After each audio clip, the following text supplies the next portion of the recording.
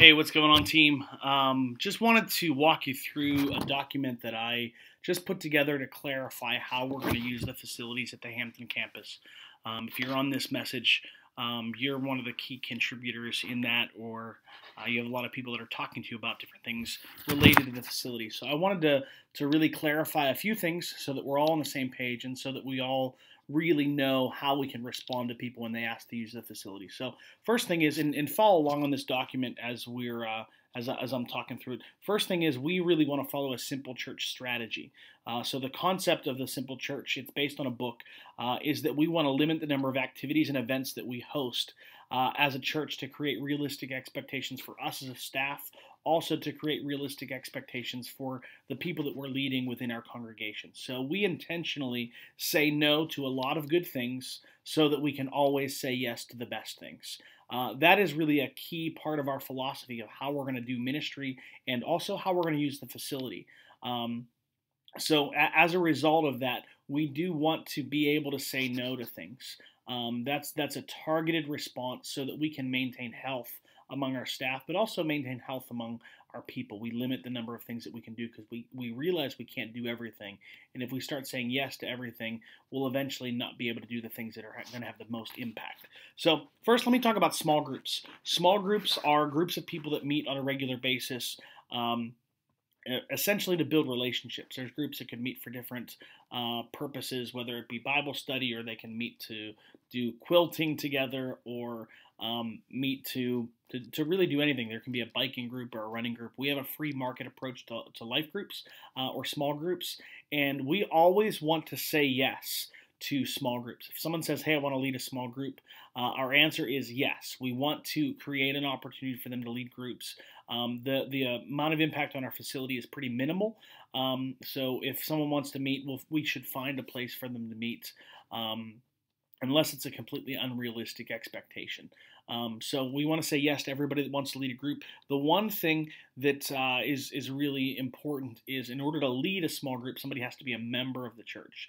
That's really just to help us align with, if somebody's being promoted as a leader, they have to align with our vision and have to be submitted to us. But if there's a member that says, I want to start a group, and it's not something that's completely against what we believe as a church, the answer is yes. And if they say, can I meet at the church? The answer is also yes. But they may not be able to meet at their preferred location. So if they say, I want to meet in the sanctuary, well, probably not. They want to say, I want to meet in the cafe, but there's already something going on there. Probably not.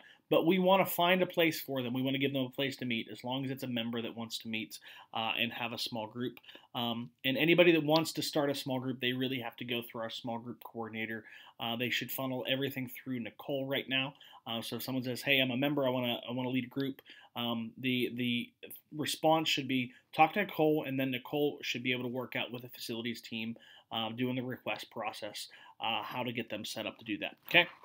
Now, the next thing is ministry events. What do we prioritize when we're talking about ministry events? We don't want to be able to do everything, just like I talked about with Simple Church. We want to be able to say no to certain things. So let me just talk about some of our priorities. Number one priority is always our weekend services. Nothing should ever take away from what we do on the weekend. So if someone's like, can I have a wedding on Sunday morning? No, you cannot. Weekend services should never be impacted negatively by other things that are going on. So if someone's like, I want to have a baby shower on the second floor above the sanctuary during church, the answer is no. We really want to value that, and we want to guard that time. So that's our top priority all the time. The second priority for us is always any of our all church events that we align with our monthly focuses. So Soak Night during a Seek God month is an important thing that we want to do. So we really are going to be focusing on four main purposes, and each month will have a different designated focus. It's going to be, Experience God is the way we're doing it now. Living Connected, which is all about life groups. Discovering Your Purpose, which is about getting people connected to serve teams. And then also Making a Difference. It's about our global impact. So every month we'll have one of those focuses, and we may have events that are specifically designed to align with that focus. So we do want to do those things. Those are really going to come from me as the campus pastor kind of directing what we do. If somebody else is saying something you haven't heard it from me, you can always check in. But those things will be aligned with our monthly focuses. Now, the other thing is APC ministry events. These may not specifically align with our monthly focus, but it might be one of our primary staff members that want to do something. So as long as they run it by me and I give them a thumbs up, we should be able to do those events on a regular basis. That could be like, let's see, Sarah Grafey's hosting the Kids Zone retreat. That's something that we've already talked about and agreed to. It may not specifically align with the monthly focus, but it's one of our staff members that wants to host something. So now here's where things get a little bit more complicated. Outside organizations. When an outside organization comes to us and says, hey, I want to host my event at your location. So we really want to guard ourselves using that simple church model to not just say yes to a bunch of outside organizations that want to use our church. So the way that would happen is if somebody on our staff wants to advocate for a specific event. So let's say Eden Christian Academy wants to have their graduation ceremony here. And Melissa Miller says, hey, I really want to be a part of this, and I can help facilitate that with them. She would need to bring that to me. We could talk about it, and if she was really the one that was going to drive it, she'd put all the request processes. She's the one that's going to interact with the organization with Eden, and she would be the one that would drive it, and she would put the requests in through the facilities process. What has happened before is we've approved outside organizations, and then they're working directly with the facilities team, and it puts a lot of strain on them. So I want everything to go through a normal process, and there has to be a staff owner for a specific event. Now, if there's something that I think is really important, I might assign the facilities team to just take ownership of that, but that should really run through me. Outside organizations that are just calling and saying, hey, can I do this? The answer is, well, you know what? We really try to limit what we can do so we can really keep our staff healthy. So this is probably not an event that we can do right now. That's an appropriate response, and I think people understand that. The other thing is, if anybody wants to do any event that involves kids, unless that request is coming from Sarah or Stephanie as our Kids Zone director and our Kids Zone junior director, the answer is no.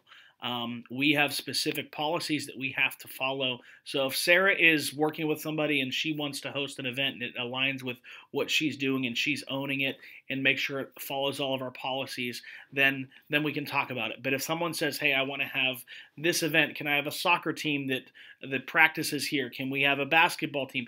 Anything having to do with minors has to run through our next gen staff. So Sarah or Stephanie for kids, and then Gilbert or Dave for youth. Outside of that, we should not have any minors in the building doing specific activities, because it just comes with an enormous amount of liability risk, specifically with kids, elementary kids, preschool kids, nursery kids.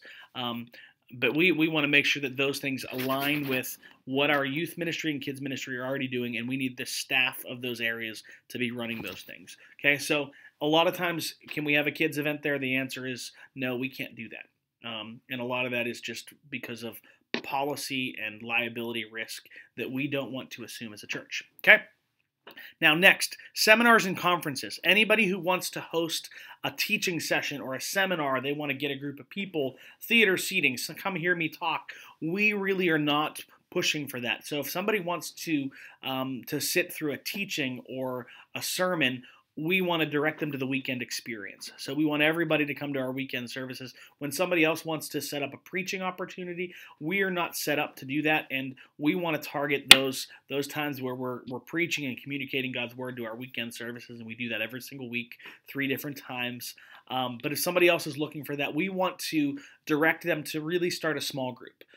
If they're a member, they can start a small group, and they can have the same topic in a discussion, but small groups should be centered around relationships, not around like a teaching. We want to be a small group church, and we want everybody that wants to lead a group to have that opportunity. We want to say yes to them, but we're not looking to build big crowds of people or teachings or seminars. We want to have small groups that are centered around relationships. So somebody that says, I want to do a seminar, the answer is you're welcome to do a small group.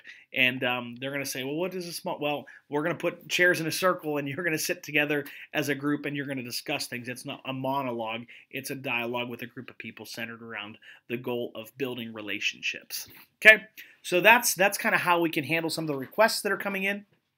Next, showers and parties. So baby showers, we want to allow people to have baby showers, and anybody that's an attender of APC is permitted to rent a room to have a baby shower. We can limit the rooms that we make available to that. We probably want to target like the classroom, maybe the chapel, the loft, potentially the commons, the cafe. I don't want to get into what we will or will not allow, but those requests probably should funnel through Maria as the one that is managing a lot of those things. And we'll have to work out a system for how that happens and even a request process and stuff like that. Okay, now next, wedding showers. This is really important, what we say yes to and what we say no to. We view wedding showers as an opportunity to celebrate Christian marriage.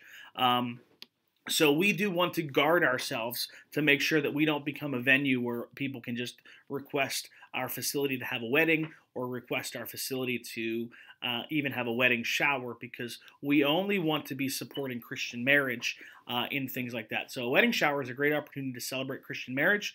So we will offer that for someone to rent our facility, one of the rooms that we make available, and those rooms can be, it's up for debate on what rooms those would be. I would recommend Jeff to define what those rooms would be. I would guess classroom, chapel, loft, potentially cafe, commons. Now, those are only available for our members or somebody that is getting married by one of our APC pastors. Okay. Now, here's why we have that stipulation. If somebody is a member, they've already submitted themselves to us. They're under our covering, they're under our authority. So their marriage, by its nature, would align with our biblical principles. It would be a Christian marriage because they've already submitted themselves to us. And as a member, they have certain things that they've already agreed to live by. Now, if they're not a member, they may not align themselves with Christian marriage the way that we believe it. So being a member is a really important thing. So if a member says, hey, I want to have a wedding shower, the answer is, yes, we can rent you a place. The other option is if there's somebody who's getting married by one of our APC pastors that wants to host or have a wedding shower, the APC pastors have some guidelines of how they can actually conduct weddings. We're not just marrying anybody. If it's not a non-biblical marriage, we wouldn't be facilitating that wedding. So that is that's another guideline that we would have as far as having a wedding shower here. Now, shower rental procedures. They should contact Maria if somebody wants to rent that. And Maria, you'll probably have to develop some sort of form or system or request process and work that out with the facilities team. But that would all go through one funnel. Maria, you'd be the contact person. We designate the areas that we could actually use. Basic room setups should include folding chairs and tables. We're not doing elaborate things. We're not bringing out candelabras or anything like that. It's folding tables, folding chairs. People can decorate. The basic rental fee will be $150, and that will include a 4-hour window, including their setup and cleanup time. So if they need an hour to set up, 2 hours to run the event, hour to clean up, that's their 4 hours. And all the money that comes in for that should go into the facilities budget to help pay for some staffing. Times of the showers, including setup and cleanup, cannot overlap the weekend services. Any person renting the facility also should give a $100 deposit that can be returned after the room is cleaned and inspected by our staff. And any requests beyond the basic setup will be considered, and if they're approved, they'll potentially have additional costs. Okay, a lot of that is detailed information, but it's important for us to be on the same page. You guys have this document. Community events. Here's two things that are kind of the exceptions. If there's an event in our community that we want to support, we may assign somebody to be the staff owner that interact with them. I know that down the road, Hal English, he's a local politician, does the senior fair every year here. and it's a great way for us to serve the community. Things like that are valuable for us to do. So when things like that come up, they can be run by me, and I can give it a thumbs up or a thumbs down. But we wanna serve our community. We want to be a church that is known as somebody that values our community. So to say no to some things like that, it doesn't make a lot of sense. So we want to consider it, but we also want to balance that with simple church and make sure we're not overextending ourselves. But those community events can be run by me. Assembly of God events. There are certain events that the AG wants to host here. For example, District Council was an option. We always do the Friendship Classic Bible Quiz tournaments. Dave has worked with an organization that does like some youth conference things. We just want to make sure that we have a staff owner that is kind of running point on those things and that it's approved by me. So for the most part, that kind of gives us clarity on a lot of the things as far as what we've had questions about for our facility. Wanted to walk you guys through that. I want to present this at a future staff meeting, but I wanted to make sure you guys as the key players were aware of this far in advance. All right, I'll talk to you later.